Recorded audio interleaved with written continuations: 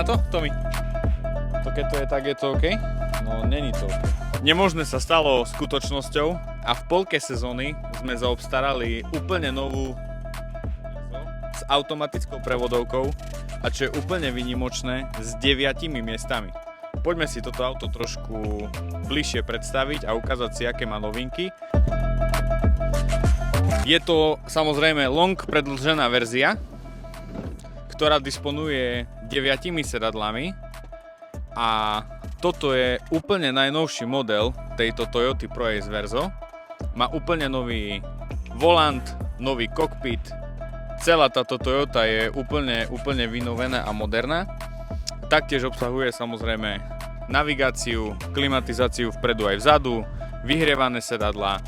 Čo je úplnou novinkou, má elektronickú ručnú brzdu, vyhrievaný volant, padla pod volantom, úplne novú paku radenia a taktiež úplne nový infotainment aj s ukazovateľom informácií o jazde. Všetko je digitálne, po novom tam sú dve digitálne obrazovky.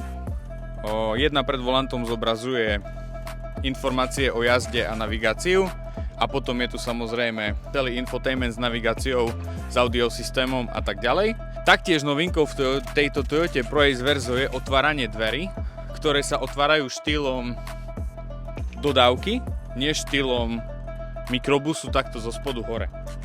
Niekomu to možno uľahčí otváranie týchto dverí, lebo je to oveľa jednoduchšie otvárať to týmto štýlom.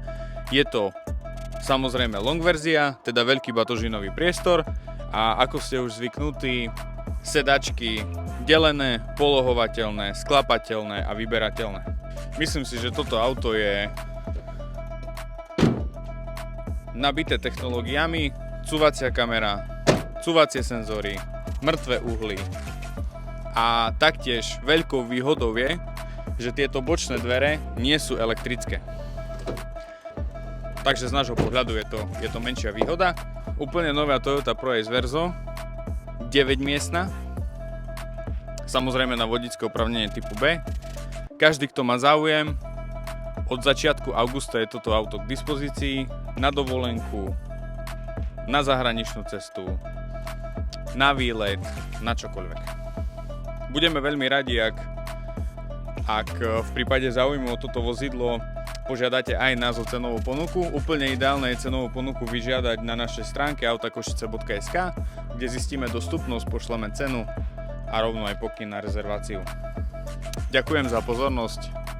Verím, že aj toto vozidlo vám spríjemní cestovanie na dovolenku alebo spoločné chvíle s rodinou alebo so známymi.